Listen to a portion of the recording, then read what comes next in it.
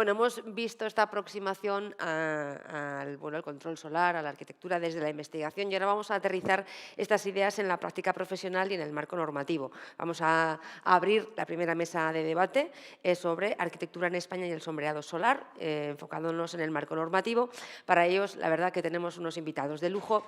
Quiero dar la bienvenida, voy a presentar brevemente a los tres y luego subís todos de una vez. Rafael Villar Burque, que es arquitecto y responsable del equipo de energía edificatoria del Instituto de Ciencias de la Construcción Eduardo Torrija del CSIC.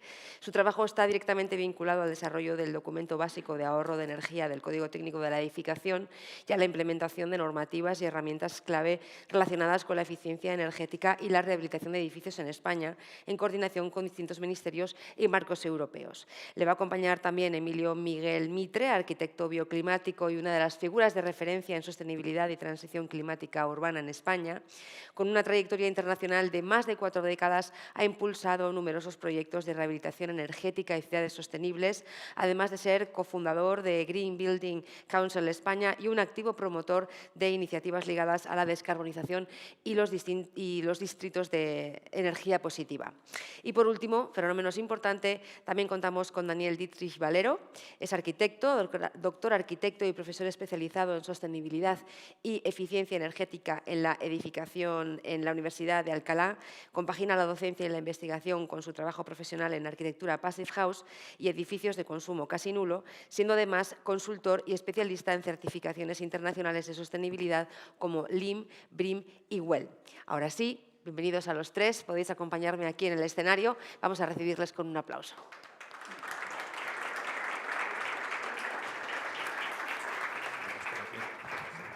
Pasa por aquí. Estupendo.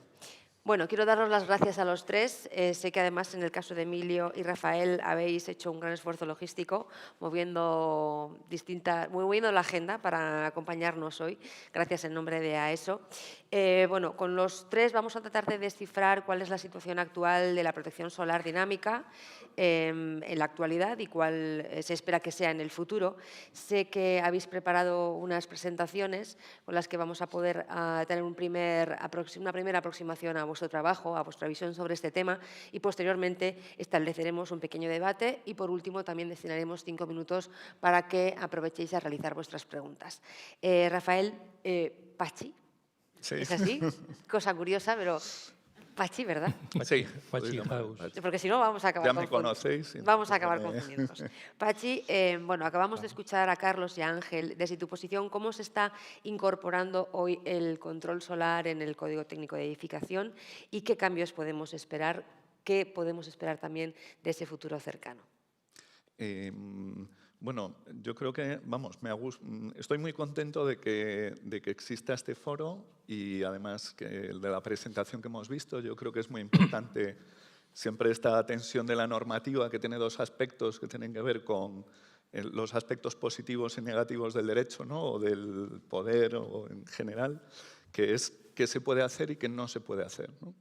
Hay una parte, yo muchas veces hablando antes con Daniel le decía, a ver, el código lo que te dice es qué no puedes hacer, que no es aceptable hacer. No es lo mejor que se puede hacer, ni es la única manera que se puede hacer. Y afortunadamente permite enfoques muy distintos. Yo estoy seguro que los proyectos que hacen Ángel y Carlos cumplen el código técnico, como no podía ser de otra forma, con lo cual sí tiene cabida. Y por otro lado, somos conscientes de ese aspecto que tiene a veces de guía o de cuál es el sentido común de la profesión o el estándar mínimo, y en ese sentido intentamos trabajar en todos estos aspectos que tienen que ver con aspectos casi más didácticos de los propios documentos, ¿no? Ver cómo se puede tratar el sombreamiento. Hace ya unos cuantos años que preparamos el documento de apoyo centrándonos en el sombreamiento. Ha sido de las puesto como ejemplo de buena práctica a nivel europeo sobre el tratamiento de las protecciones solares. Por un lado, porque nos parecía que ese sentido común que sí existe en general en la profesión, pero que muchas veces no se sabe cómo abordar desde el punto de vista del cálculo, con lo cual deja de ser una herramienta. Todas las viviendas tienen protecciones solares, sin embargo, en ninguna se consideraba en términos de cálculo, cumplimiento normativo, etc. Con lo cual, introducir de una manera a distintos niveles de complejidad desde las tablas, pero el procedimiento permite la utilización de los parámetros básicos y, de hecho, tenemos desde hace años una herramienta que permite hacer todos esos cálculos, una herramienta abierta, gratuita, etc. Pero poner a disposición de los técnicos, las personas que estamos en el grupo de energía, casi todos somos arquitectos y hemos ejercido durante años, con lo cual nuestra preocupación es que el conocimiento que hay se pueda aplicar y permita hacer los mejores edificios posibles, con esa cuestión de la actitud de intentar formarse, buscar cuáles son las posibilidades y al mismo tiempo abrir estrategias diferentes de abordar el problema, porque existen realidades diferentes, intereses distintos y creemos que cada uno de ellos pues, aporta aspectos importantes en función de la situación, ¿no? O sea, que se trata de poder hacer los mejores proyectos de acuerdo con el mejor conocimiento y las capacidades de los técnicos. ¿Tú has traído una presentación? Yo he traído una presentación, era un poco por abrir, un poco contar aspectos muy generales relacionados con la protección solar y sobre todo con una cuestión que entendemos que es muy importante, ya nos lo parecía cuando se planteó todas estas cuestiones de la protección solar, y es pensar cómo deben ser los edificios pensando en el cambio climático, en hacer edificios resilientes, es decir, que puedan funcionar bien en otras condiciones, pero también una situación en la que, por ejemplo, los sistemas no se mantienen o no se utilizan adecuadamente y sobre todo el riesgo de sobrecalentamiento, que es un poco la perspectiva que tenemos de futuro inmediato y presente en muchos casos. ¿Quieres comenzar con ella? Si queréis lo comentamos, voy a pasar muy rápido porque creo que el interés está más luego en el debate o en las cosas que vayamos viendo y podamos ver entre todos. Bueno, esta parte de contexto creo que ya casi todos la entendemos, pero yo hablo desde el punto de vista de una parte de nuestro trabajo, que es el desarrollo técnico del documento básico de energía, que incluye los requisitos de eficiencia energética de los edificios, pero una cuestión que pone además cuando se dice cuál es el objetivo del documento es mientras se mantiene un adecuado confort de los ocupantes. No habla de personas, pero sí de ocupantes. Vamos a ver estas cuestiones que implican, ¿no? Y luego esto que hablábamos de que el cambio climático altera las condiciones de diseño e introduce o aumenta, ya porque en nuestros climas sí que existe el riesgo de sobrecalentamiento y esos enfoques, pensar en el enfoque de los climas específicos es fundamental. Y con repercusiones tanto en confort como en la salubridad, ¿no? Que había una persona que va a intervenir que también nos hablará desde el punto de vista de la salud, ¿no? Relacionada con los edificios. Entonces, dentro de esta cuestión hay aspectos, voy a comentar un poco en dónde estamos, pero también qué posibilidades tenemos para evolucionar dentro de la propia normativa que creemos que serán importantes, ¿no? Llevamos trabajando en ellas durante tiempo, pero como sabéis, estas cosas van paso a paso. Por un lado está la cuestión de los datos climáticos. En el código tenemos una clasificación de los climas que es de grano muy fino, aunque no os parezca que no, tenemos una barbaridad de climas en comparación con casi cualquier normativa de prácticamente cualquier sitio del mundo. Por otro lado, utilizamos unos datos climáticos muy antiguos, son series de los años 70 en adelante, y además se transformaron para representar zonas climáticas genéricas. Primero también porque desde el punto de vista de la usabilidad de los propios documentos y de la información y del estado, digamos, de la tecnología en su momento, se consideraba lo más adecuado. Entonces, como decía, tenemos una zonificación climática muy minuciosa, con 5 zonas de invierno y 4 de verano, y además dos regiones distintas, ¿no? La península y las Islas Baleares, Ceuta y Melilla, y además las zonas correspondientes de Canarias, o los climas de Canarias. Luego, esa zonificación tan minuciosa tiene otro aspecto, y es que, sin embargo, hay una asimetría muy grande en qué representa cada una de esas zonas, ¿no? Por ejemplo, los grados día de invierno van de 0 a 2.750, son grados día en base 18, y los de verano en base 25 van de 0 a 275. Es decir, es un orden de magnitud de diferencia entre unos y otros.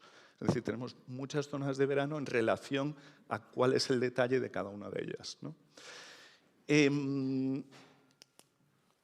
Por otro lado, tenemos datos, por esa transformación que hablamos de los climas, de hacerlos genéricos, tenemos unos datos de radiación que son genéricos, responden a los climas de verano e invierno, digamos, comunes para todas las zonas que comparten zonificación, ¿no? Entonces, ¿cómo podría, digamos, esas propuestas en las que podríamos avanzar en esta cuestión? Por un lado, deberíamos irnos a datos más específicos, probablemente a datos específicos de localidad. Nosotros tenemos datos ya, digamos, archivos climáticos específicos de cada localidad y creemos que ahora mismo sería posible que alguien cogiese los datos climáticos, no es el dato del tiempo del año pasado, sino una serie climática representativa, pero mucho más recientes y que permitan hacer un diseño adaptado a unas condiciones mucho más próximas a las que pueda tener el edificio. Eso implica que los datos estén más afinados, no necesariamente que la categorización de los climas, que pensamos que al revés, creemos que probablemente es mejor simplificarlos más, pero tener unos datos mejores, ¿no? Diseñar mejor para lo que va a pasar y a lo mejor simplificar la manera en la que luego exigimos a esos edificios unas condiciones concretas. Luego, además, también sería importante evaluar cuál es la resiliencia del edificio frente al cambio climático, ¿no? Preparar eso para tener unos escenarios de clima futuros que nos permitan por lo menos tener una evaluación y conocer cuál va a ser el comportamiento del edificio en otros escenarios, ¿no? Aparte de estas cuestiones, que es cómo es el clima exterior, cómo lo representamos y cómo los modelamos, tenemos también el otro aspecto que tiene que ver con cómo son las condiciones de confort, ¿no? Cómo lo evaluamos, ¿no? Muchas veces decimos, bueno, este edificio es estupendo, lo rehabilitamos y fijaos que en la mayoría de las rehabilitaciones se mejoran sobre todo las condiciones de habitabilidad y sin embargo tenemos muy pocas herramientas en general o la profesión maneja muy pocas herramientas para de una manera objetiva o intentar transmitir cuál ha sido el beneficio, por ejemplo, en términos de habitabilidad y de confort. Y esto debería formar parte, digamos, de la caja de herramientas de los técnicos, es decir, esto no es solo que haya ahorrado, hay edificios donde no se utilizan los sistemas y hablar de que se ha ahorrado en términos económicos es absurdo, pero igual se han mejorado mucho las condiciones interiores y debemos ser capaces de comunicarlo, no decir esto es mejor, como estas cuestiones de una luz magnífica y unos espacios excelentes, sino ser capaz de transmitirlo, primero por el propio interés de los clientes y porque realmente se producen esas mejoras, ¿no? Ahora mismo el confort en el documento de energía remite al RITE. Es verdad que ahí está, digamos, hay una definición en la que se pueden adaptar a la tasa metabólica de niños, se puede adaptar al arropamiento, a la diferencia de las prendas. Probablemente pocas personas, ojalá me equivoque mucho, pero pocas personas conocen, digamos, en detalle, por ejemplo, la IT1 del RITE, que es la de criterios de diseño, en la que está específicamente toda esta cuestión, exceptuando el confort adaptativo, porque está pensado para edificios con sistemas, y el confort adaptativo es un modelo de confort que no se aplica a edificios con sistemas, pero en el resto, todos los criterios de diseño están ahí y además la normativa permite utilizarlo. Otra cuestión es qué herramientas tenemos y afortunadamente también se hizo el esfuerzo para que nosotros no tenemos solo una herramienta obligatoria, podemos elegir las mejores herramientas que se adapten a nuestras necesidades y eso tenemos que aprovecharlo. Es decir, las herramientas son las que nos permiten a veces hacer o no cosas, ¿no? La cuestión es que incluye aspectos como la temperatura, humedad, velocidad del aire, la simetría radiante y otros relacionados con el confort. Uno de los problemas es que está vinculado a sistemas activos y no incluye el confort adaptativo y además hay esa percepción de por estar en el RITE, que es el lugar equivocado, creemos, no se maneja igual en la caja de herramientas que tenemos los técnicos. Por otro lado, tenemos una ventaja y es que hace muchísimos años que venimos manejando cálculo horario detallado, que permite evaluar las temperaturas interiores. Los métodos mensuales, métodos basados en otros procedimientos, no permiten el cálculo de las temperaturas interiores. Digamos, no son suficientes para hacer una evaluación precisa. Esto, digamos, estamos acostumbrados a manejarlo y eso es una ventaja.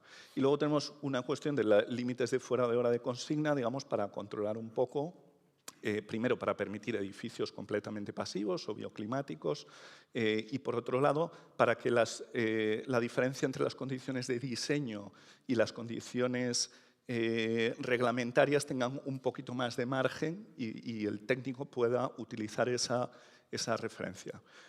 Se pueden hacer edificios sin sistemas, para eso están los sistemas de sustitución. Lo único que lo que nos permite evaluar es si de repente la siguiente persona que vaya a ocupar ese edificio decide ponerlos porque tiene un criterio de confort o de uso de la vivienda diferente, tenemos que ser capaces de evaluar en qué condiciones va a funcionar ese edificio, ¿no? En relación a esto, creemos que el confort debería pasar, digamos, a ser parte del DBHE en el sentido de que creemos que es una prestación del edificio. Hablamos siempre de la parte del ahorro de energía, manteniendo el confort y luego el confort desaparece en una esquina dentro del H2, que es el RITE, el H2, remite al RITE. Entonces, primero, no debería estar vinculado al diseño de sistemas, sino a una prestación del propio edificio, esa cuestión de poder vivir bien y de poder adaptarte al clima. Y luego para esto que hablaba de poder, por ejemplo, evaluar las condiciones pre y post-rehabilitación, ¿no? ¿Qué hemos ganado después de esta intervención? ¿En qué condiciones estábamos de confort y qué condiciones tenemos después, ¿no? Incluir el confort adaptativo, ¿no? Para poder evaluar el comportamiento del edificio sin necesidad de utilizar sistemas y teniendo en cuenta la propia adaptación fisiológica al entorno. Y luego pues, también unas métricas mejoradas más allá de las horas fuera de consigna, consumos, etcétera, que nos permitan tener en cuenta otros aspectos como pues, no sé, el alcance del disconfort y otras cosas que tenemos que ver cómo abordar, ¿no? Luego hay otros aspectos que tienen que ver esto que hablamos de cómo se evalúa el edificio. Es verdad que hay unos aspectos, cuando decía de cuál es el mínimo que le pedimos al edificio, hay una parte que tiene que ver con el nivel de aislamiento, hay otro que tiene que ver con la hermeticidad al aire. Es verdad que digamos, hay unas exigencias en cuanto a los huecos, que no son especialmente exigentes. Hay otra que tiene que ver con el riesgo de que el edificio sea poco hermético en determinadas circunstancias, no es buscar la hermeticidad. De hecho, depende a quién le preguntes, nos dicen, ¿cuándo se va a obligar a hacer un ensayo de blower door? Y decimos, nuestra intención es que nunca se obligue a hacer un ensayo de blower door, sino que esa es una posibilidad y puede haber casos en los que esa es una estrategia adecuada o es la que has elegido y es la que consideras más apropiada para el edificio, pero creemos que la ventilación natural debe ser siempre una opción viable de diseño y que hay muchas circunstancias, muchas zonas climáticas y muchos climas en los que esa es la estrategia más acertada, ¿no? Y luego, además, está la cuestión crítica de pensar qué papel debe tener la hermeticidad en climas cálidos y especialmente en climas, además de cálidos, también con cierto nivel de humedad, ¿no? Ahora mismo teníamos el 4% de ocupación anual pensando en horas fuera de consigna, que es una cuestión abstracta y tal. Ahí tenía que ver, por ejemplo, la temperatura operativa, tiene que ver con parte de las condiciones de confort y se habla de operativa, aunque aquí hablemos de consigna, pues que está hablando de a qué temperatura se obliga a funcionar el sistema y es más sencilla de manejar, ¿no? Además del 4% de ocupación anual, en breve tendremos un límite además de ocupación mensual. Ya tenemos también un control de las ganancias solares, que no deja de ser una prestación, es qué ganancias solares máximas hay con los sistemas de protección solar activos, es decir, qué prestación es capaz de ofrecer el edificio de protección a situaciones de excesos de ganancias solares. Y luego, pues, intentar todo el rato mantener cierta flexibilidad en relación al diseño bioclimático, pues, que no haya obligaciones excesivas en términos de UIK cuando hay elementos en los que si fuésemos muy estrictos serían muchísimo más difíciles de justificar y se da en cierto modo un poco de carta blanca para utilizar procedimientos que sabemos que funcionan pero que puede ser difícil modelizar. Y luego además también que estas cuestiones como la producción fotovoltaica o la producción solar térmica no vayan en contra pues, de tener cubiertas verdes que mejoren el entorno próximo, la experiencia que hay con los espacios abiertos y exteriores de la COVID, pero que digamos que es otra cuestión de bienestar y digamos, de responsabilidad hacia el entorno urbano que son muy importantes y que no deben quedar digamos, sepultados dentro del brillo de las cuestiones del momento, ¿no? Por otro lado, como nos parecía muy importante ese aspecto propositivo y de qué se puede hacer, siempre hemos insistido mucho en tener documentos de apoyo que nos permitan mejorar la comprensión de cómo se modeliza, por ejemplo, el sombreamiento. Tenemos herramientas como Envolvente CTE, los documentos de apoyo, incluso Hull, que yo sé que no lo usa mucha gente, pero permite hacer control solar dinámico desde hace un tiempo, permite tener distintos coeficientes en función de la estación para una modelización más simple, etc. Dentro de las propuestas de mejora en estos aspectos, primero es tener más escenarios de evaluación, como decíamos, pues para situaciones de oscilación libre de temperaturas, para tener un diseño con confort pasivo y más resiliente y evitar los riesgos de pobreza energética, que también es muy importante, y tener en cuenta las condiciones climáticas futuras. Y en cuanto al confort, pues esta cuestión de incluirlo como prestación del edificio, tener métricas mejoradas que incluyan también aspectos relacionados con cuáles los niveles de ocupación y las áreas ocupadas y considerar el confort adaptativo y poder evaluar estas cuestiones de pre- y post-rehabilitación. Te voy a pedir, Y Patxi, yo creo que voy a dejar... Ya acabó. Más que nada para poder dejar... Para poder seguir. Si no, luego me van a decir, oye, las Entonces, más. como Venga. esto es el resumen, y creo que lo hemos ido viendo, luego tendremos ocasión de hablar más. Venga, pues Muchas gracias. gracias. No pretendía acordarte, ¿eh? No. Solamente que fueras consciente de que... Sí. Bueno, Emilio, en tu caso has sido pionero a la hora de diseñar un edificio que en su momento estaba muy avanzado en su tiempo. También has preparado una presentación. Quiero que, si te parece bien, vayamos directamente a ella para que luego podamos pasar también a Daniel y tengamos ese ratito de debate. ¿Te parece? Me Venga, parece estupendo. vamos a conocer Adela, ese muchas proyecto. gracias. ¿Se me oye? Sí. Qué bien. ¿Y hacia dónde debo apuntar? Porque siempre sucede aquí, realmente, ¿sí? Bueno, María me pidió que pusiera esta diapositiva porque representa con mucha claridad la idea del control dinámico. Este es un proyecto que entró en mi estudio en 1999. Esta es una simulación del año 2000 aproximadamente.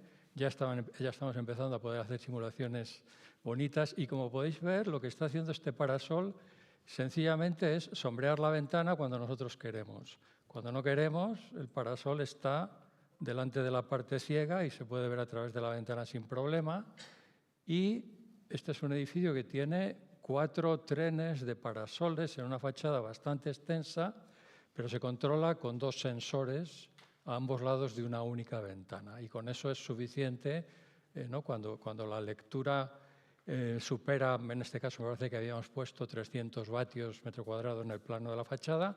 Es una fachada este, y este edificio sin estos parasoles tendría que tener encendido el aire acondicionado desde las 6 de la mañana, típicamente con una fachada este, y eso que es un edificio con ventanas pequeñas, que el furor que hay en el mundo con los edificios hiperacristalados pues es uno de los problemas grandísimos que tenemos, pero bueno, se siguen comprando, ¿no?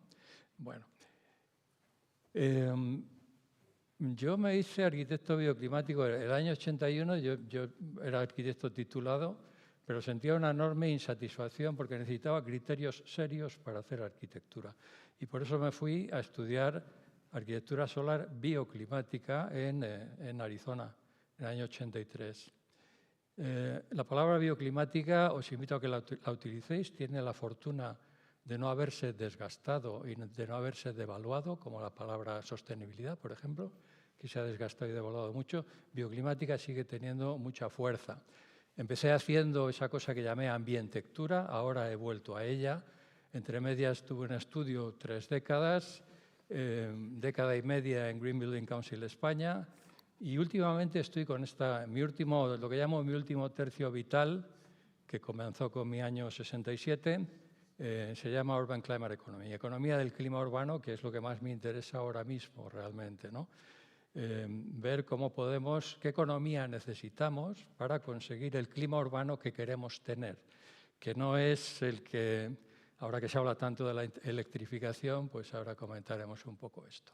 Estas son frases que he ido acuñando, o sea, El arquitecto diseña el modo de ser y estar de la edificación con este objetivo, que dentro haga bueno la mayor parte del tiempo. Durante muchos años, ¿cómo describes lo que haces? Digo, pues, a ver, mi madre, mi abuela diría, no, pero que haga bueno, o sea, el mayor número de horas al año que haga bueno, sin tocar el botón, lo hemos escuchado antes. Esta es otra frase que acuñé para la Asociación de Materiales Aislantes. Y entonces, en tanto en cuanto un país no necesite tocar el botón, es más rico ese país. Y eso se consigue, número uno, con el modo de ser y estar de la edificación y luego con otras cosas. Esta es una de mis últimas acuñaciones. Bueno, perdón, antes de entrar en esto, yo diría, el principal sistema de acondicionamiento de un edificio es el edificio, ¿no? Que es un poco también la conclusión. Y esto pues, es una de mis últimas creaciones. El Envolvatio es un certificado, pretende ser un certificado de ahorro energético.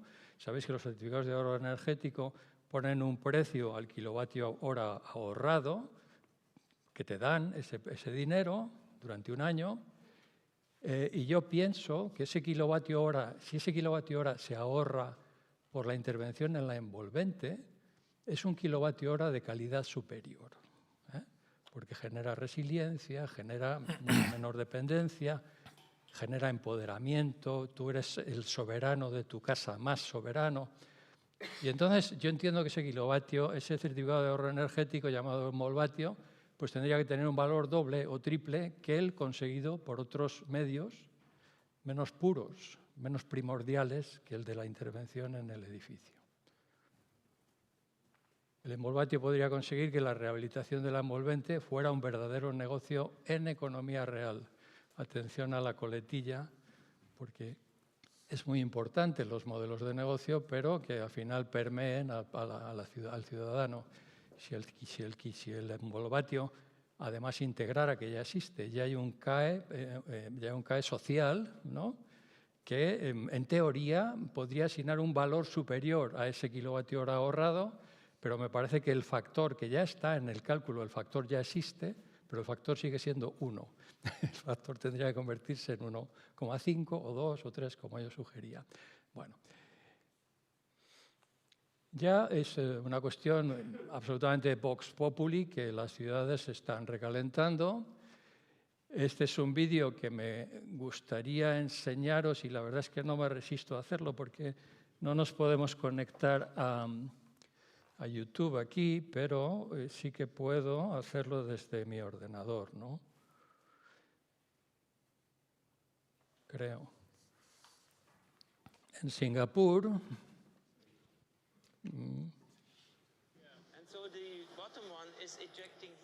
Está contando ahora, el aire acondicionado es el principal responsable del sobrecalentamiento. Qué raro, ¿no? Porque es lo que nos da frío en casa. Es que lo que pasa en casa es justo lo opuesto a lo que pasa en la calle. En soleamiento también. Entonces, bueno, si tú pones un aire acondicionado encima de otro, al final lo que acabas haciendo es poner tus edificios y tu ciudad en ignición. Atención, atención, ahí tenéis el vídeo. Disculpadme, como veréis, es un poco indisciplinado, ¿no? Porque no me ha resistido a que no se pudiera ver. Bueno. Yo creo en la ciudad de Esponja.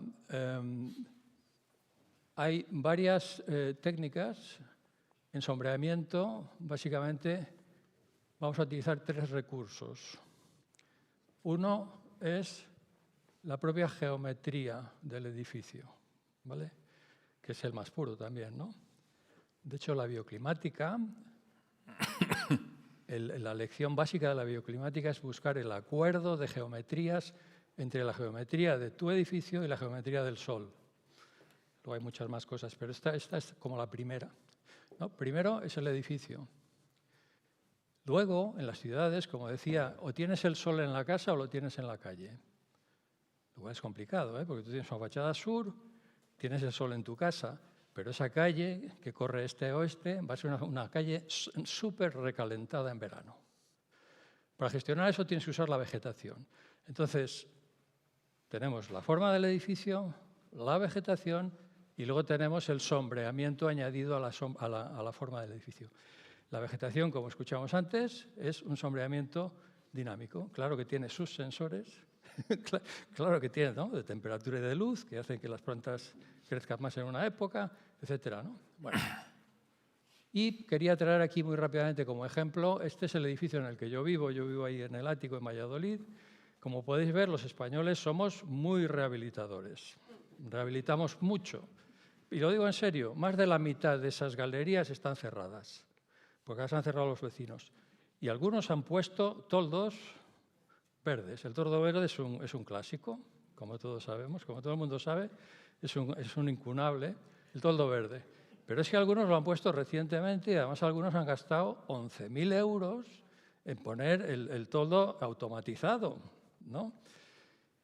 Y no me vas a quitar el toldo automatizado para hacer la rehabilitación. Llevo 15 años sin conseguir hacer la rehabilitación en mi edificio. De hecho, me han dicho que cuente cosas y luego me han despedido 3 veces en 15 años. La última hace 2. Ahora he decidido rehabilitar el distrito, porque si en mi edificio no quieren, estoy buscando hacerlo más grande, ¿no? Pero como podéis ver, el español rehabilita mucho, realmente. Cierra sus galerías, lo entiende, y pone parasoles verdes, que cuestan 11.000 con control, ¿no? No lo he discutido, bueno. Claro, dice, bueno, si amas tanto el toldo, te puedo ofrecer una solución de rehabilitación también con toldos. Pero claro, me gustaría ir un poco más lejos, y aquí lo que he propuesto en mi edificio, y ahora ya con la idea del distrito, pues es ampliar las terrazas y colocar una escalera, que sí que hay mucha sensibilidad entre mis vecinos, para si hay un incendio, ¿qué pasa, ¿no? Entonces, bueno, pues un poco planteo una segunda piel en la que suceden otras cosas, aparecen unas escaleras que pueden permitir esa evacuación y le doy un fondo a ese sombreamiento y, por supuesto, al final lo tendré que completar con unos sistemas de parasoles móviles, pero puedo tener un espacio en el que puedo disfrutar y dejando entrar el sol o no, según me interese. Estas imágenes para mí son muy importantes porque yo pretendo que la rehabilitación tenga por lo menos la misma imagen que nos cuenta Aedas Homes ahora mismo. Esta es una típica imagen de Aedas, por ejemplo, ¿no? Con la terraza. O sea, ahora cualquier promoción lo que te enseña es la terraza. Bueno, pues hagamos eso en rehabilitación. Necesitamos visualizar estas cosas y necesitamos valorizarlas. Gracias. Muchas gracias, Emilio.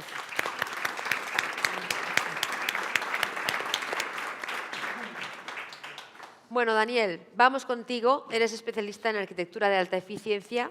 El control solar ha sido un elemento accesorio después del diseño del edificio y en tu experiencia, pues sí que nos interesa que nos muestres. Bueno, yo la verdad que no venía a hacer una ponencia. Realmente lo que venía era contar un poco lo que hacemos, porque si bien que mi adscripción es ser profesor en la universidad, yo vivo de la praxis profesional, ¿no?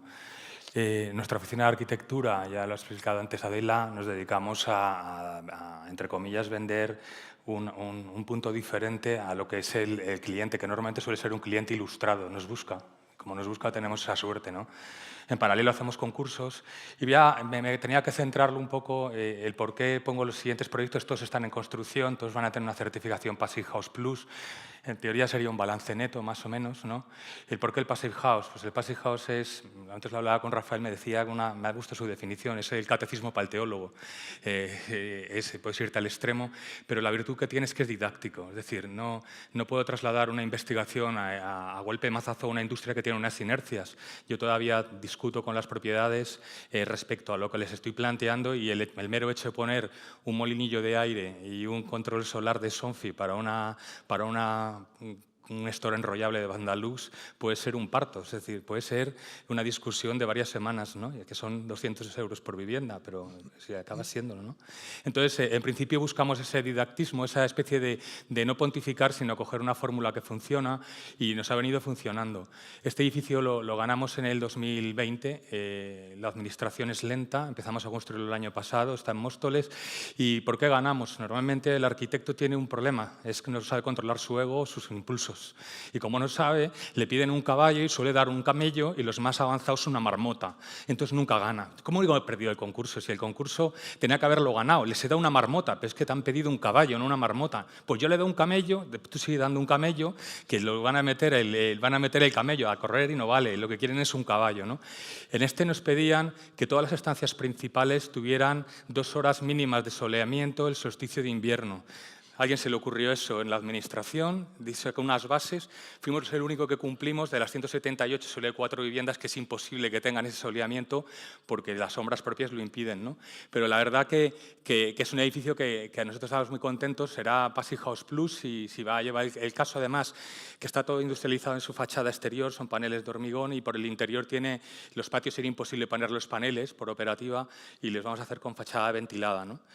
El siguiente es una vivienda unifamiliar de lujo. Las viviendas unifamiliares es un drama porque nos venían clientes ilustrados con poco dinero hace 7 años, 8, y era factible hacerte un chalet. Era facilísimo. Hacer una vivienda unifamiliar de 180 metros había dinero. Ahora hacerse una vivienda unifamiliar, aparte que es un infierno para el promotor, hasta que yo les digo que es una montaña rusa de emociones. Normalmente con nosotros llegan al final con una sonrisa, pero dicen que no repetirían la experiencia jamás.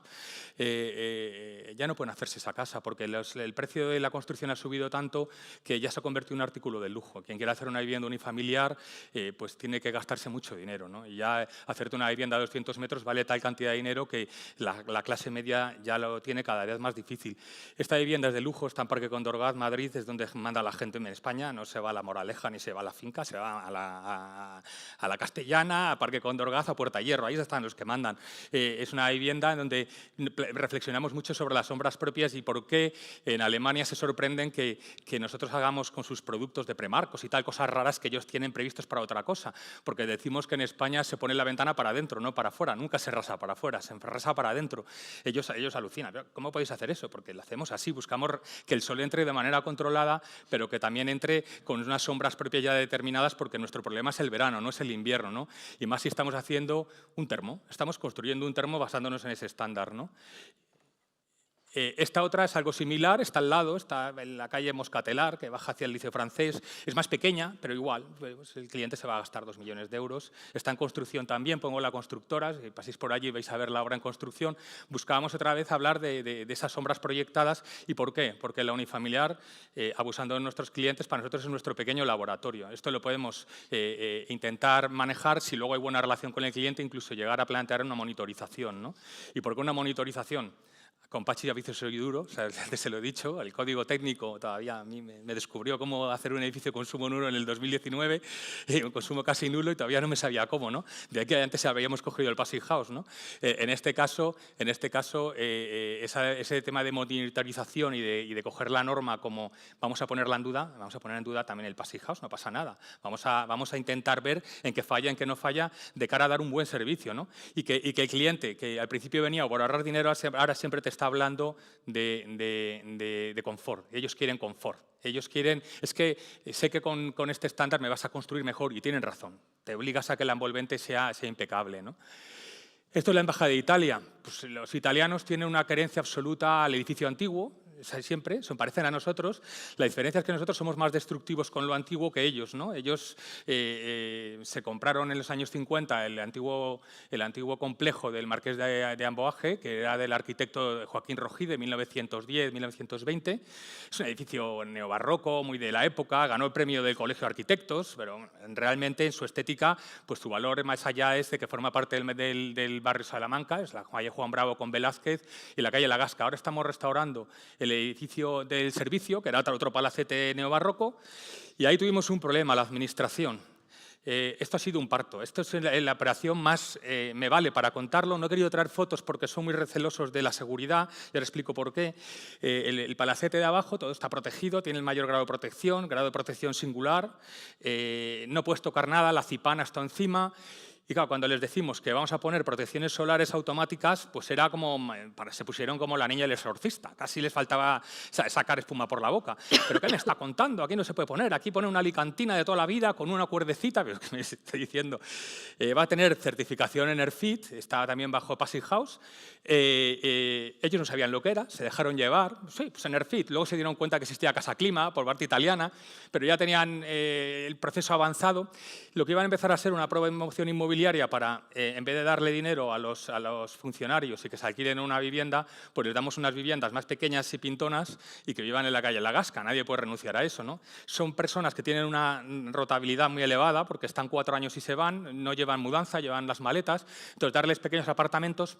Cambia el embajador hace 2 años y nos dice que no, que van a ser oficinas. Y por eso no pongo fotografías, porque meten al servicio secreto, a la inteligencia, a las aduanas, a todo lo que son los servicios fundamentales que están al lado del liceo italiano, los meten aquí y, por tanto, hemos pasado de un cambio de vivienda, sigue siendo uso oficina, no había ningún problema en eso respecto al ayuntamiento, y nos dejan que siga siendo Passive House. Hay que rehacer un modificado, volver. Y llevamos así desde el 2018, es decir, por eso es una ruina, ¿no? Por el lado contrario es una satisfacción, porque estás haciendo una restauración histórica y en paralelo el edificio por dentro no tiene ningún valor, a diferencia del palacio, pues estamos dándole un grado de confort y modernidad a una operación que su última obra fue en 1955, ¿no? Imaginar cómo estaba el edificio, ¿no? Y el último, perdonad. Bueno, ya he tocado lo que no debía.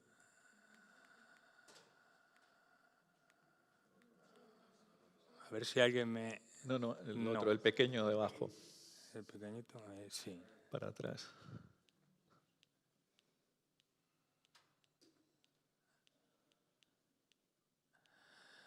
Por último, este otro es un concurso ganado en el 2021.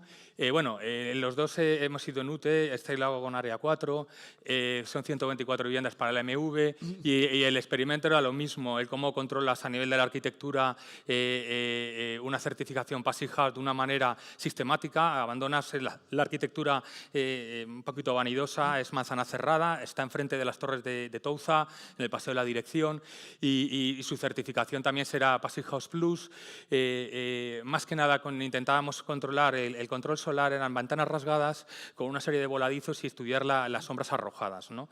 Esto es lo que nosotros hacemos ahora mismo en activo.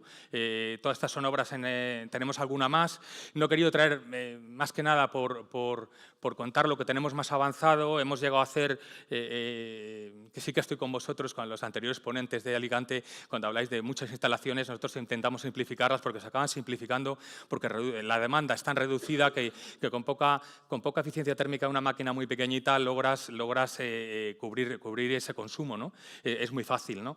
El problema viene cuando quieres ir un paso más allá y que lo que tú produces al año sea igual que lo que tú consumes al año. Eso es algo más complicado, ¿no?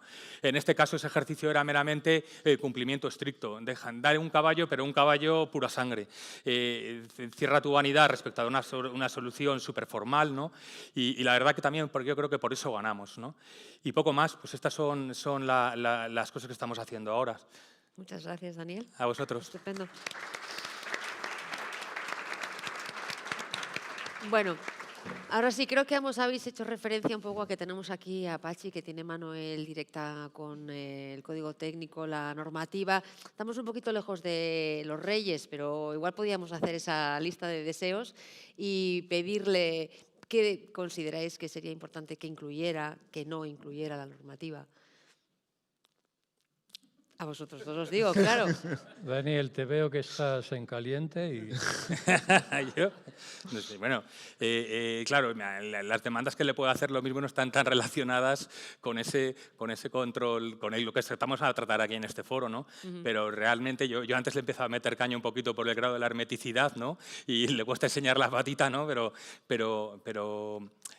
creo que van por el camino adecuado. Quizás yo sí que soy un poco más crítico, no tanto por el tema del clima. Me ha alegrado cuando has comentado, Rafael, el tema del clima, pero hay un concepto para mí muy clave que es la isla de calor. Yo cuando elegimos el clima y veo base meteorológica, Barajas, casa de campo, y digo, esto es como la Castellana, vamos, o sea, estás igual. O sea, el propio base, ¿cómo vas a estar tú igual en un aeropuerto expuesto al lado de Paracuellos, en una explanada donde el sol te acomoda, donde no hay inercia térmica? Tendrías que tener una estación meteorológica para tener datos fiables donde da de verdad el calor, donde tienes el asfalto y toda la piedra que hay en el suelo, que eso, sobre todo en verano, es mortal. Y no va a ser la misma condición al lado del Jarama, porque el aeropuerto está al lado del Jarama, no tiene mucho sentido, ¿no? Quizás eso supera un poco al prescriptor de la norma, ¿no? Al redactor de la norma, entiendo yo. Bueno, no, lo que pasa es que cuando se elaboró la norma, los datos disponibles que había con suficiente fiabilidad y completos, porque tener temperaturas es relativamente fácil, pero tener radiaciones, por ejemplo, es mucho más raro y además no todos miden radiación global de toda la bóveda, miden solo radiación directa, no están calibrados. Para hacer un clima, para un año meteorológico tipo necesitas por lo menos 10 años de datos. Entonces, realmente los datos que había en su momento eran de los aeropuertos. Entonces, pues igual ves Bilbao y está Soyuve, que está fuera de la ciudad, y así ocurre en muchos otros casos. Ahora mismo nosotros sí tenemos ya datos de años meteorológicos tipo obtenidos con información de satélites en la que podemos tener una información mucho más precisa a lo largo de un periodo de tiempo suficiente y con una información que tiene en cuenta también el impacto de la superficie terrestre. O sea que, bueno, yo creo que ahora mismo sí se podría hacer, pero pensar que cada vez que cambia una condición de este tipo, cambias el clima, debería cambiar la exigencia a la vez, debería cambiar la certificación energética, las escalas. Esto es como va todo el pack. Tiene ventajas cambiar algunos elementos, pero o lo haces todo a la vez o lo único que consigues es desequilibrar el... Entonces, tiene que hacerse de manera como ordenada. Llevamos muchísimo tiempo con esto, pero siempre decimos, esto es arreglar el motor del camión mientras el camión está en marcha, ¿no? Entonces, tienes que tener suficiente paciencia, ir viendo cuándo van encajando las piezas para que todo... O sea, esta cuestión del clima, pues llevamos, yo diría que más de 5 años.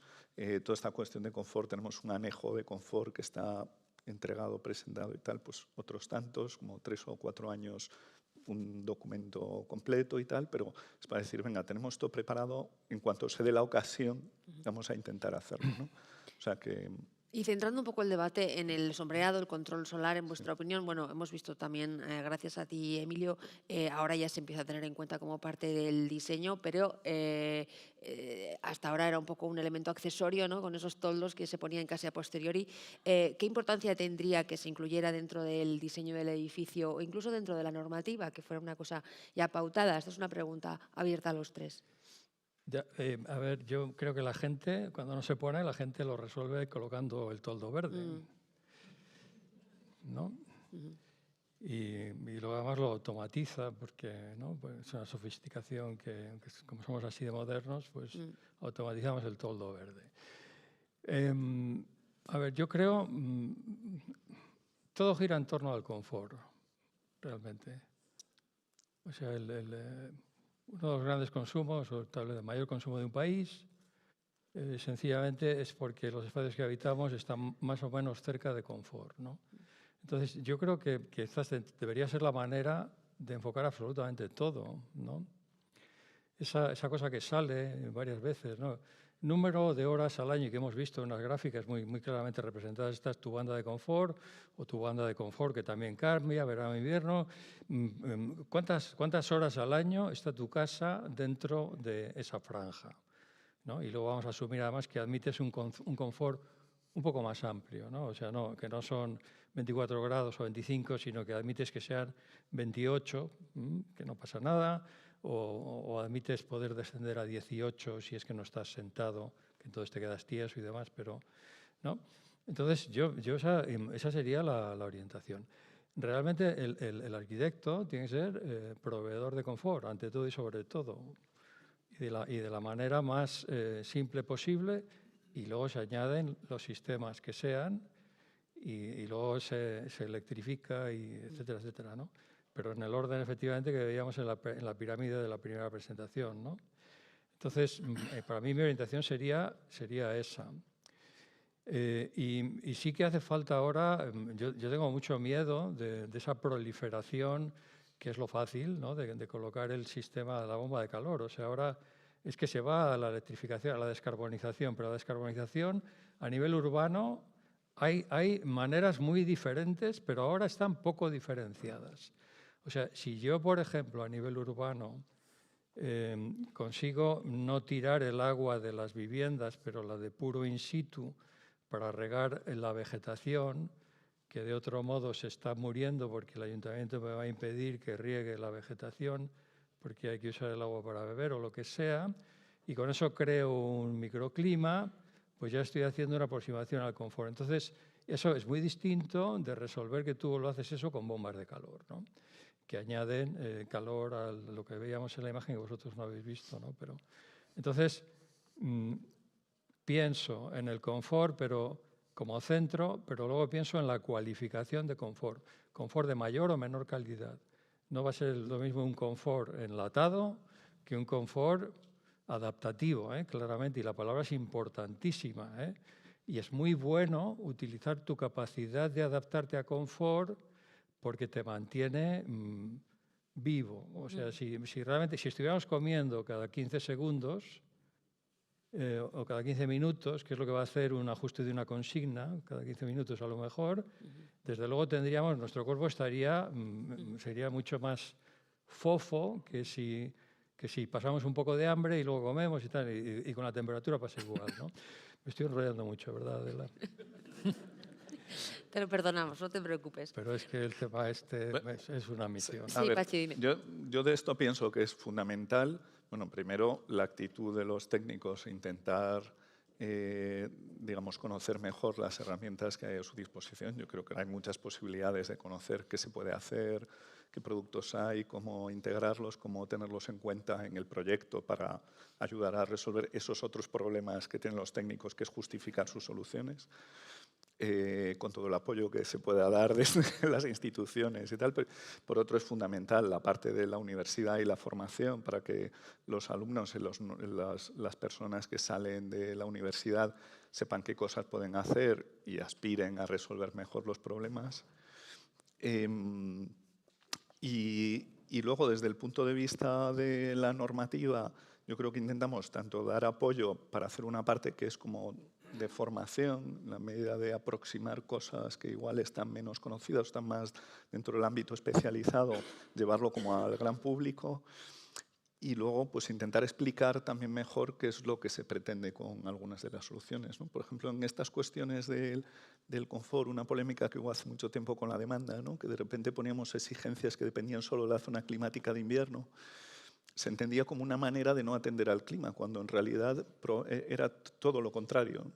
Quiere decir, si tú tienes la posibilidad de resolver de una manera económica, eficiente y directa el problema de un exceso de radiación, porque te voy a dar un cupo adicional de consumo cuando tú puedes poner un sombreamiento en términos de óptimo en coste, es mucho mejor que tú hagas un sombreamiento que yo te diga, no, como tienes una zona con mucha radiación, gasta más, ¿no? Eso es todo lo contrario, es decir, bueno, pues el clima manda y tú no decides nada, ¿no? Entonces, bueno, yo creo que todas esas, por la parte que nos toca a todos, ¿no?, tanto la práctica como la educación, la normativa, yo creo que todo tiene que ir en la línea de que cada vez sea más fácil hacer las cosas bien, ¿no? Daniel, no sé si quieres aportar algo. Hemos visto en tu proyecto que efectivamente vosotros tenéis muy en cuenta ese sombreado, como has llamado, propio, ¿verdad? Sí. El sombreado propio en el diseño de los edificios. Para vosotros ya es una cuestión que es ineludible. Perdona, ¿cómo? Sí, vosotros en vuestros diseños, volviendo un poco a la importancia que se le da al sombreado en el diseño del edificio, por los ejemplos que has puesto, me ha parecido que ese sombreado propio, pero quizá también con elementos externos, para vosotros es ineludible a la hora del diseño del edificio. No es que sea ineludible, es que es algo natural, ¿sabes? O sea, si tú Si tú te explicas al principio, hablábamos de que ojalá todo técnico supiera la diferencia entre demanda y consumo, eso sería, desde la escuela yo lo intento y creo que tengo éxito. Si todo técnico supiera la influencia que pueda tener un sobrecalentamiento solar, se daría cuenta de que tiene que ser algo natural, como muchas veces lo digo, cuando empiezas a hacer proyectos, en la escuela nos forman para predimensionar una estructura sin saber estructura, es decir, en el sentido de saber que un pilar tiene que medir tanto por tanto, cuánto tiene que aumentar, o sea, tienes una percepción o un número gordo que te permite avanzar, ¿no? Debería ser una consecuencia natural. El problema ya no es tanto el usuario, que muchas veces si no cuesta mucho dinero no va a poner ninguna pega, sobre todo porque culturalmente lo tenemos asumido, la existencia de la persiana es algo que es natural a todo español medio, o sea, como vas en una casa sin persianas. El problema no es ese, el problema es que le explicas que el comportamiento humano es predecible, que te puedes ir de tu casa y no bajar las persianas y encontrarte un horno si has dado una casa muy aislada. Eso tenía una experiencia que comentábamos el otro día en videoconferencia preparando este foro de un aparejador nuestro, que aparejador ilustrado, como decía él, tenía máster y de todo, y sabía probablemente, Juan Postigo sabía más que yo. Él tenía una constructora y construyó una vivienda pequeña, de esas de clase media que se podían construir hace 15 años, no estaba certificada Passy House, pero seguía los criterios y les pusieron una chimenea porque querían una chimenea de leña de toda la vida. Oye, una chimenea de leña Passy House no puede tener infiltración de aire, pues esa chimenea ¿cómo la vas a poner? Pues, buscamos una chimenea. Yo veía el proceso que le hacía con su hermano, Alejandro es arquitecto, su hermano ya está jubilado, y veía el proceso y dice, pero ¿cómo una chimenea? Diadris, ¿conoces una chimenea? Tal, sí. Pues valen 10.000 euros, 12.000 euros, pero una chimenea casi como el valor de un coche pequeño, no tiene mucho sentido. O de un parasol verde. Pues es que pusieron la chimenea y era en pleno mes de febrero, que hacía fuera, a principios de febrero, hacía fuera 2 grados, se fueron a hacer la compra con la chimenea puesta y cuando volvieron tenían 50. O sea, claro, si pones una carga de calor tan potente a algo que casi no tiene demanda, que con 4 kilovatios lo has calentado, pues ¿cómo le explicabas a los restos de vecinos que abrieron todas las ventanas para ventilar la casa? Porque se cocían en pleno febrero. Eso es ese comportamiento humano errático, porque sigue todavía con inercias. Y esas inercias las llevamos ya al promotor o a la administración para tirarse del pelo, ¿no? Porque me ha pasado en la Embajada de Italia eso, que hemos tenido que hacer unas protecciones solares exteriores ocultas para que la administración y la comisión no se enfade y haya unas cogidas con alfileres, esperemos que no se enfaden porque salen unos líneas de acero que se van a ver, ¿no? Que siempre vas con ese miedo, ¿no? También. Pero vamos, que respondiendo a tu pregunta, sí, que es algo natural, ¿no? Tener que hacerlo. Y estoy con Emilio, que al final lo fundamental es el confort. O sea, el retorno que te da es un gran confort absoluto, ¿no? Me gustaría abrir la posibilidad a que preguntéis por parte del público, porque como nos hemos extendido un poquito, por allí tenemos un par de preguntas, María José, y por delante de primera fila, aquí también en el pasillo. Sí, hola. Mira, nosotros tenemos como sector, hemos tenido y todavía tenemos un hándicap que en rehabilitación, sobre todo, pues el efecto, el impacto que puede tener el tener una protección solar móvil en periodo de verano y más si es automatizada, pues realmente se desconoce. Entonces yo querría, o sea, nosotros sabemos que desde hace un año justo, una de las herramientas, ya existía un método que, como ha dicho Rafael, el código técnico en muchos, a nivel Comisión Europea se ha puesto como ejemplo, sí que teníamos un método para calcular el impacto de protección solar móvil y más si es automatizada. Y también el toldo verde también estaría dentro de este, también funciona muy bien. Pero el hándicap que teníamos es que no se conoce. Entonces sí que me gustaría que nos explicaseis un poco cómo puede hacerse, cómo realmente se queda reflejado el impacto de la protección solar, sea toldo, sea persiana del certificado energético, un poco para los arquitectos que están aquí y también esta diferenciación entre si es control manual o automatizado. Gracias. Bueno, yo os invito a buscar en la página web del Código Técnico el documento de apoyo número 1, que tiene que ver con parámetros de la envolvente térmica. Hay un apartado donde se trata específicamente las protecciones solares móviles y también las fijas, digamos, conceptualmente cualquier protección solar lo que hace es bloquear parte de la radiación incidente directa o reflejada, igual que lo hacen los vidrios con control solar o un vidrio normal, etcétera, bloquear parte de la radiación. En el caso de las protecciones solares hay, digamos, 2 problemas que son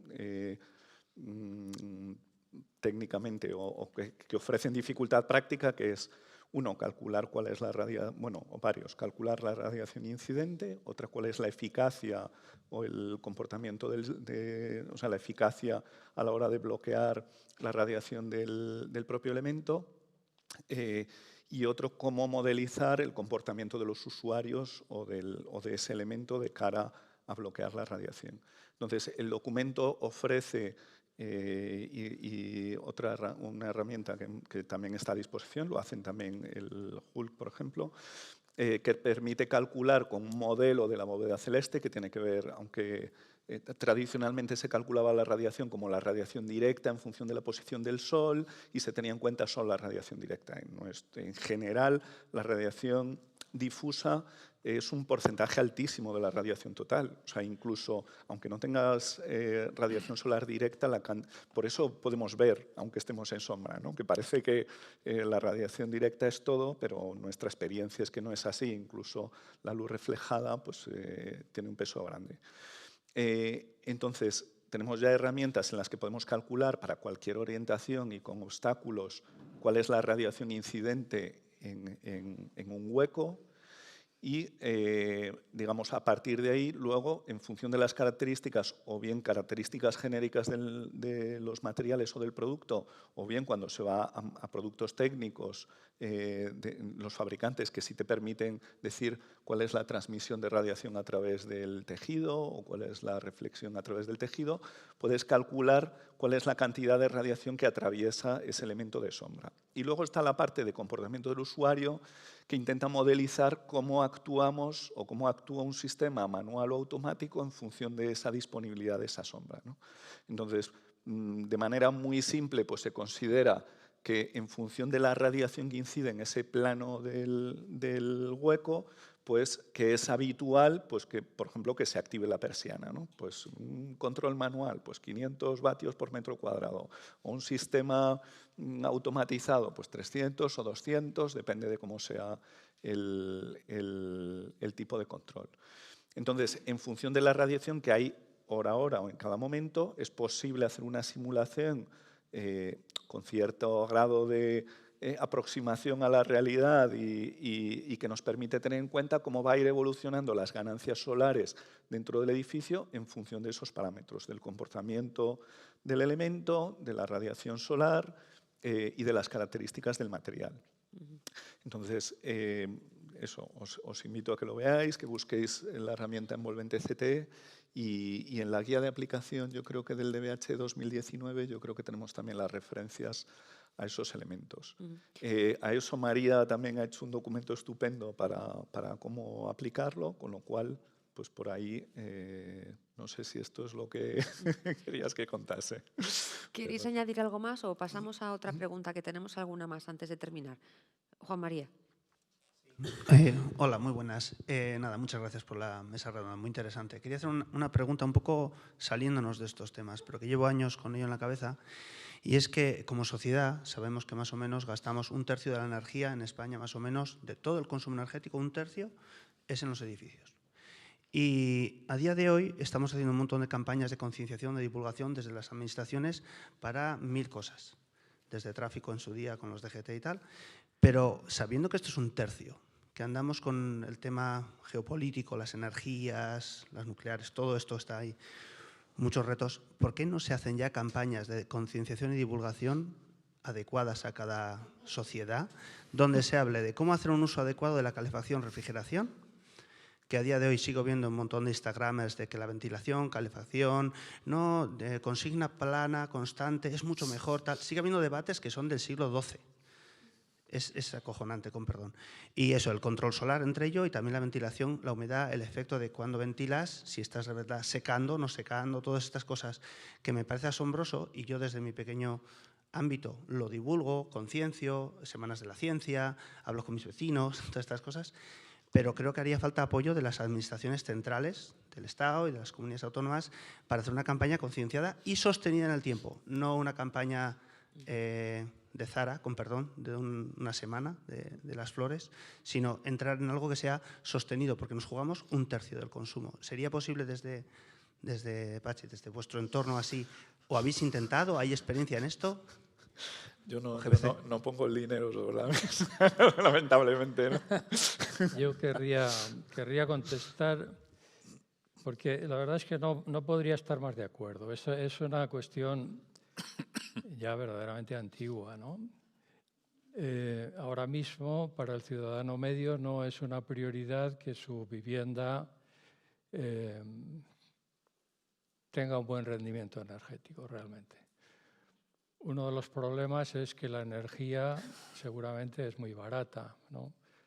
Hubo un momento para mí maravilloso en mi trayectoria profesional que fue cuando se multiplicó por 4 el coste del gasóleo del gas natural en mi comunidad, y entonces nunca ha sido tan posible la rehabilitación como en el escaso mes y medio que duró esa situación, porque nuestra administradora de fincas fue tan eficaz de conseguir una tarifa fenomenal para que no pagáramos mucho. Entonces, realmente, sí, esa comunicación es absolutamente necesaria y hay que llevarla por otros lados. O sea, evidentemente, la cosa de la energía parece que empieza a afectar, pero no demasiado. Los que más necesitan que sus edificios funcionen bien son los que menos se lo pueden pagar, ¿no? Con lo cual eso hay un encuentro muy peculiar y por lo tanto, pues claro, llevamos muchos años en GBC España. Empezamos en el 2014 intentando ayudar al gobierno a crear políticas para hacer rehabilitación, y la comunicación era un capítulo y ha atravesado muchas etapas porque lo llamaban awareness, ¿no? Concienciación, y eso es horrible, la concienciación es horrible.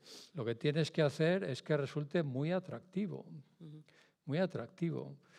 Y si puedes conseguir que los cuñados lo aprueben, ya bingo, ¿no? Porque el cuñado siempre va a decir algo en contra, ¿no? Entonces, pero la vía tiene que ser otra. Nosotros, Dolores Huerta, que ahora la oiremos, lo sabe muy bien, o sea, parimos un proyecto que lo titulamos el Rehability Show. Queríamos hacer un reality show de la rehabilitación, precisamente para no concienciar, sino hacer que eso... A ver, no hay alguien que haya rehabilitado que no diga que es lo mejor que ha hecho en su vida. Pero tampoco conocemos rehabilitaciones en las que el vecino que lo haya promovido no haya recibido amenazas de muerte. Entonces, algo pasa, ¿no? Porque una cosa que es tan fea, luego resulta que es lo mejor, y luego el que ha emitido la amenaza de muerte anónimamente, claro, se convierte en el que más dice que eso es lo mejor que ha hecho en su vida, ¿no? Entonces, claro, hay una cosa cultural ahí tremenda. En cualquier política, y tú has dicho una palabra, continuada, es absolutamente esencial, ¿no? Ahora creo que vamos a ver unos anuncios para intentar rehabilitar el sector de la edificación para los trabajadores. Lo veremos en este mes. Va a durar un mes. Eso no sirve de nada, de nada. Tiene que ser continuado. ¿Por qué? Porque en ese proceso una vecina a la que tú odias ha tomado la decisión de hacerlo y rehabilitarlo, y entonces pasan cosas. O sea, las personas no toman, ni las comunidades de propietarios, qué decir de ellas, no toman las decisiones, tardan a lo mejor mucho, y hay que ponerlas en baño María para que acaben. Entonces, claro que una política de comunicación sería esencial, pero un poco por lo que decía antes, las fachadas de los edificios son la mayor infraestructura energética nacional. Y son además lo que separa al habitante de la intemperie, o sea que cumplen una misión de primerísima, ¿eh? Hasta aquí puedo hablar. Bueno, si te parece, vamos a dejarlo aquí para poder seguir avanzando. Gracias por tu pregunta, gracias a los tres, Emilio, Daniel, Pachi, un placer, un honor y un lujo realmente teneros aquí hoy con nosotros. Gracias por participar en este primer foro.